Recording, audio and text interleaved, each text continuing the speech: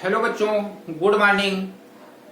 आज हम आपको 9वीं कक्षा की गणित के अध्याय 6 जिसका नाम है रेखाएं एवं कोण के अंतर्गत प्रश्नावली 6.1 आपको पढ़ाने जा रहे हैं।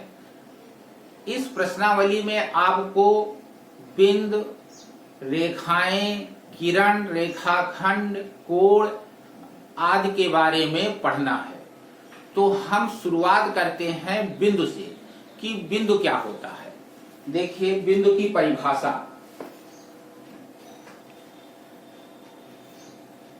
बिंदु वो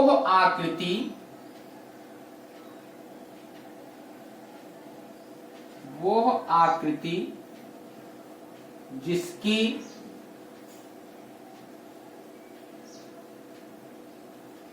कोई लंबाई, चौड़ाई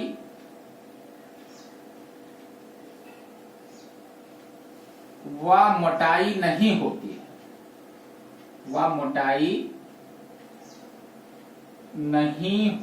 है, उसे हम बिंदु कहते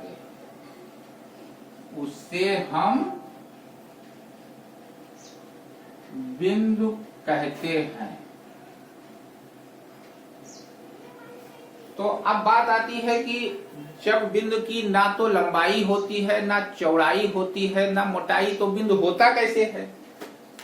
पेंसिल से या पेन से आप पेपर पे या बोर्ड पे जो बिंदु बनाते हैं, वास्तव में ये बिंदु नहीं है, क्योंकि कितना भी छोटा आप बिंदु बनाएंगे तो इसकी कुछ ना कुछ तो लंबाई और चौड़ाई हो ही जाएगी, इसकी मोटाई भी कुछ ना कुछ हो जाएगी। जैसे पेन से हमने ये बिंदु बनाया तो पेन का जो इंक है इस बोर्ड पे जब चिपक गया तब ये बिंदु हमें दिखना स्टार्ट हुआ, अर्थात इसकी भी कुछ ना कुछ मोटाई होगी, चाहे माइक्रोमीटर में ही क्यों ना हो। तो वास्तविकता ये है कि बिंदु को बनाया ही नहीं जा सकता है। तो बिंदु हम जिसे कहते हैं वो आखिर में क्या है। तो पेन या पेंसिल के द्वारा पेपर पर जो हम बिंदु बनाते हैं उसे हम व्यवहारिक बिंदु कहते हैं, और व्यवहार में उसको केवल बिंदु बोला करते हैं। तो आप एक नोट नीचे ये भी लिख लीजिए कि पेंसिल या पेन के द्वारा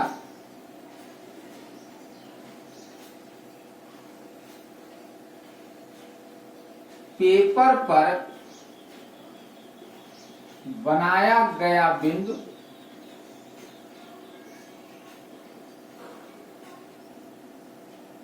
व्यवहारिक बिंदु होता है,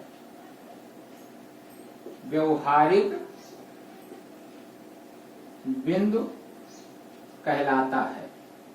अर्थात हम बिंदु को बना ही नहीं सकते हैं, क्योंकि जब उसकी कोई लंबाई, चौड़ाई, मोटाई होती ही नहीं है तो उसको बनाया कैसे जा सकता है।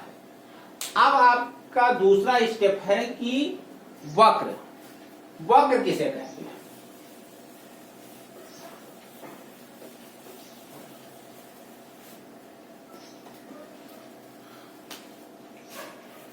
वक्र अंग्रेजी में इसको हम कर्व बोलते हैं, CURVE, कर्व। कर्व क्या होता है। जैसे कोई बिंदु है और ये बिंदु चलना स्टार्ट करे तो किसी रास्ते पर चलेगा, तो इससे जो आकृति बनेगी वो वास्तव में कोई ना कोई एक शर्त के अंतर्गत यह चले तो उसे हम वक्र कहते हैं। ये नहीं कि आप बिना किसी नियम के कभी इधर मुड़ जाए, कभी इधर मुड़ जाए, कभी इधर मुड़ जाए, इसका पता ना हो। जब कोई बिंदु किसी नियम के अंतर्गत गति करता है तो उसका जो पथ होता है उसे हम वक्र कहते हैं। तो यही वक्र की परिभाषा है और आप इसे इस प्रकार से लिखेंगे। जब कोई बिंदु जब कोई बिंदु किसी नियम के अंतर्गत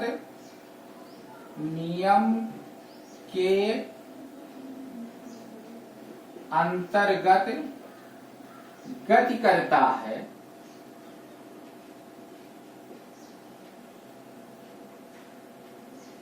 तो उसके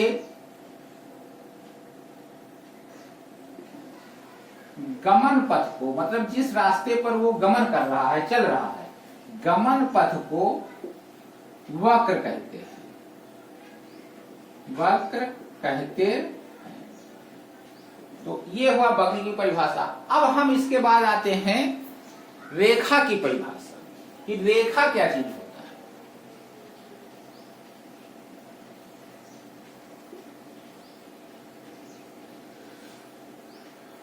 रेखा अंग्रेजी में जिसे हम लाइन बोलते हैं, तो रेखा वास्तव में वक्र ही है। जब कोई बिंदु इस तरह से गति करे कि उसके गति करने की दिशा स्थिर रहे, तो उसका जो गमन पथ होता है वो रेखा कहलाता है। तो आप यही भाषा लिखेंगे कि जब कोई बिंदु किसी निश्चित दिशा में, किसी नियत दिशा में, नियत दिशा में गति करता है तो उसके गमन पथ को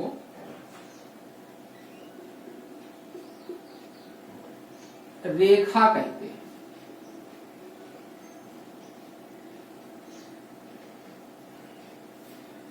अब बारी आती है रेखाखंड की और किरण की। तो परिभाषा देखिए रेखाखंड। रेखाखंड क्या है? रेखाखंड, यह जैसे ये कोई रेखा है, इसका ये यहां से मान लिया प्रारंभ होती है, मतलब इस रेखा का एक अंत बिंदु इधर है और एक अंत बिंदु इधर है, यहां पर आकर समाप्त हो जाती है। तो इस प्रकार की जो रेखा है वो किसी रेखा का हिस्सा होती है, उसे हम रेखाखंड कहते हैं। तो यही आप परिभाषा लिखेंगे, जब किसी रेखा के दो अंत बिंदु होते हैं, दो अंत्य बिंदु होते हैं,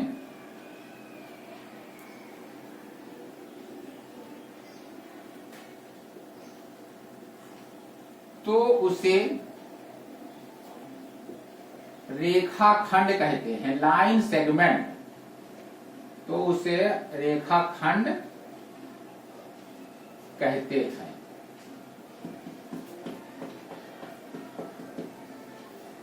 अब रेखाखंड के बाद आती है किरण।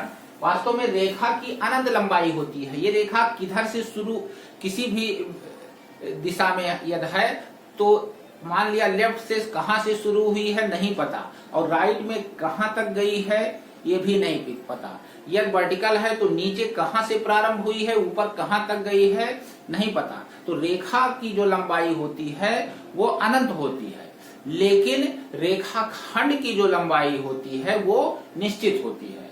अब बात आती है किरण की, कि किरण क्या चीज होता है, जिसे इंग्लिश में हम रे बोलते हैं।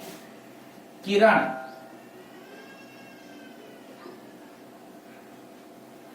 यदि किसी रेखा का, यदि किसी रेखा का एक अंत बिंदु हो, एक अंत बिंदु हो, तो उसे हम किरण कहते हैं। तो उसे हम किरण कहते हैं। जैसे ये कोई रेखा है, मान लिया यहां से प्रारंभ होती है, ये इसका अंत बिंदु है, और ये इधर कहां तक जाती है नहीं पता है। तो ये जो है इस प्रकार की रेखा, इसे हम किरण बोलते हैं। अब हम आते हैं कि कोण क्या होता है।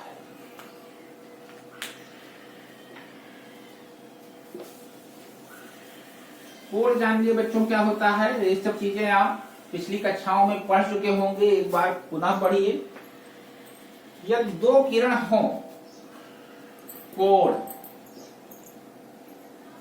मान लेते हैं, ये दो कोई किरण है, ये और दूसरी ये है, और इन दोनों किरणों का अंत बिंदु एक ही है, मतलब एक किरण OA है और एक किरण OB है, और इन दोनों का एक ही अंत बिंदु है। तो इससे जो ये आकृति बन रही है, इसे हम कोण कहते हैं। दूसरी भाषा में हम ऐसे भी परिभाषा कोण का देते हैं कि एक रेखाखंड पर दूसरे एक किरण पर दूसरे किरण के झुकाव, किरण सब ज्यादा सुटेबल बैठेगा, एक किरण पर दूसरे किरण के झुकाव को हम कोण कहते हैं। तो आप कोई भी एक परिभाषा लिख लीजिए, यही लिखिए पहली वाली परिभाषा कि यदि दो किरणों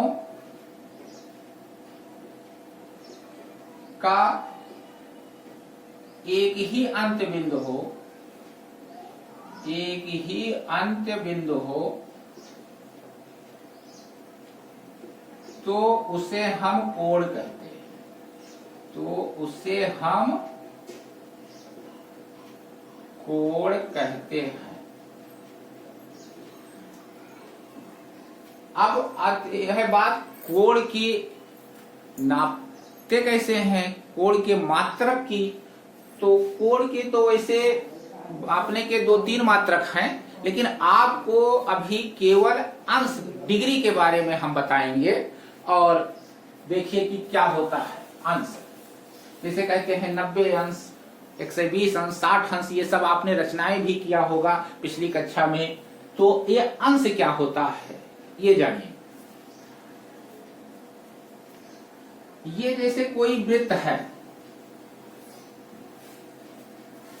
और यदि हम वृत्त के परिधि के 360 बराबर भाग करें, तो और वृत्त के केंद्र से होकर जाने वाली दो किरण खींचे, तो इन दो किरणों के बीच का जो झुकाव है वो एक अंश कहलाएगा।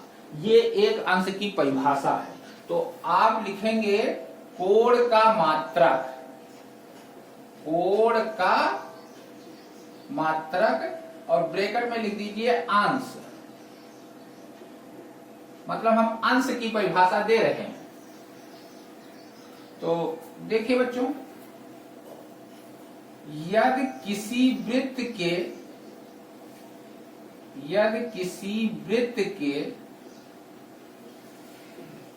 परिधि के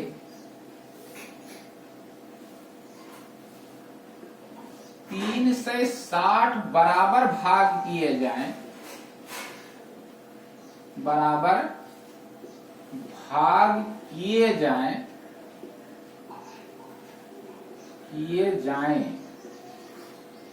तो प्रत्येक भाग, जिसे हम चाप कहते हैं, ये इतना चीज चाप कहलाएगा वृत्त का। तो प्रत्येक भाग वृत्त के केंद्र पर, वृत्त के केंद्र पर जो कोण अंतरित करता है, या जितना कोण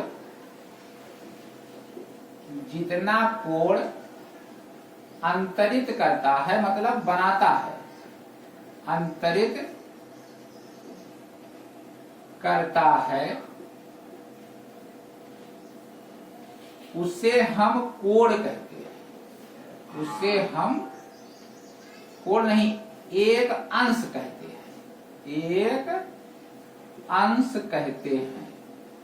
तो इस प्रकार से बच्चों पूरा एक वृत्त के केंद्र पर 360 अंश का कोण बनाता है। अब हम आते हैं कोण के प्रकार। कोण कितने प्रकार के होते हैं? देखिए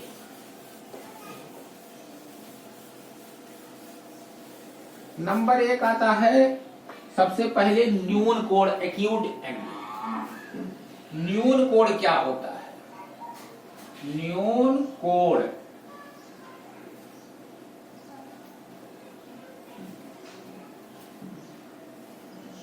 शून्य से अधिक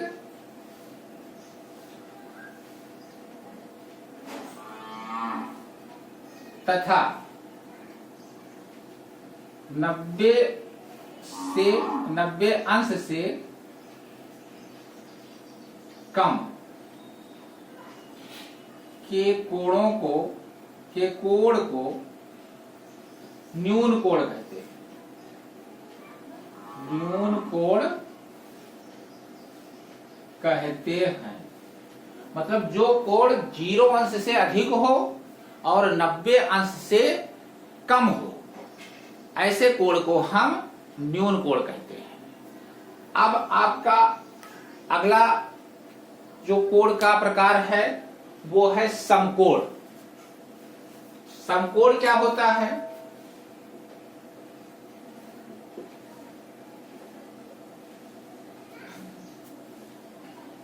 90 अंश के कोण को, ये ऊपर ऐसे 0 बना दिया जाता है, घात में तो उसको अंश पढ़ते हैं, और वैसे ये 0 नहीं बिंदी रखी जाती है। 90 अंश के कोण को समकोण कहते हैं। मतलब ठीक ठीक 90 अंश का कोण है तो उससे हम समकोण कहते हैं। अब समकोण के बाद आता है अधिक कोण।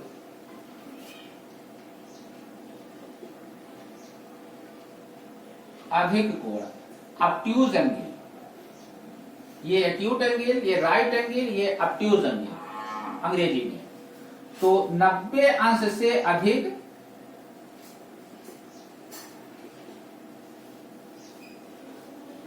तथा 180 अंश से कम के कोण को समकोण कहते हैं, सॉरी अधिक कोण कहते हैं। अधिक कोण कहते हैं।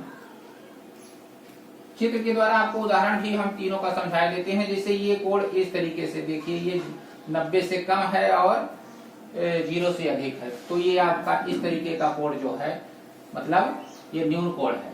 ये वाला कोण ऐसे जो है इस तरीके से, मतलब ये ठीक ठीक यहाँ का कोण 90 हो तो ये आपका समकोण है। और इस तरीके का कोण ऐसे, तो ये जो कोण है आपका ये अधिक कोण है। तो अब एक और प्रकार नोट कर लीजिए, रिज कोण।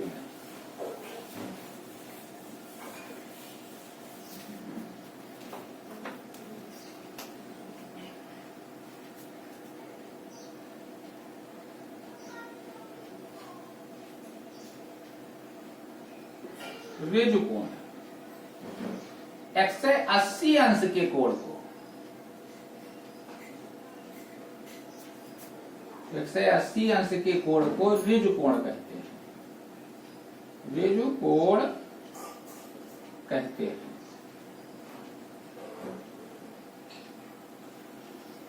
जैसे ये कोई आपकी किरण है, 2 किरणें हैं OA और OB, दोनों का अंत बिंदु O है, दोनों O से प्रारंभ हो रही है। तो एक इधर है ठीक विपरीत दिशा में इधर है, तो ये जो कोण बना ये 180 अंश का कोण होगा और इसे हम रिज कोण कहेंगे। तो बच्चों अब आपका ये अगला हेडिंग है प्रतिच्छेदी रेखाएं और अप्रतिच्छेदी रेखाएं। प्रतिच्छेदी रेखा किसे कहते हैं?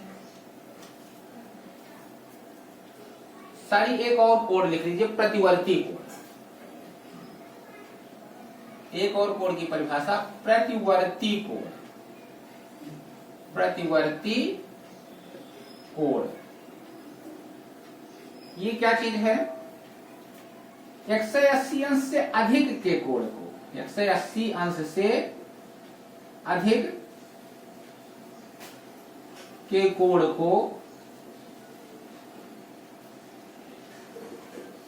प्रतिवर्ती कोण कहते हैं।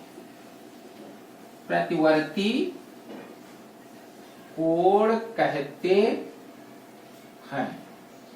मतलब अगर जो कोई कोण 180 अंश से अधिक है तो 180 अंश से अधिक कैसे बनाएंगे हम? जैसे ये कोई कोण इधर की तरफ न्यून कोण है, मतलब 0 से 90 के बीच में है, तो इस पार जो कोण बनेगा वो 180 अंश से अधिक बनेगा और 360 से कम रहेगा। तो ये जो कोण है आपका वो प्रतिवर्ती कोण है।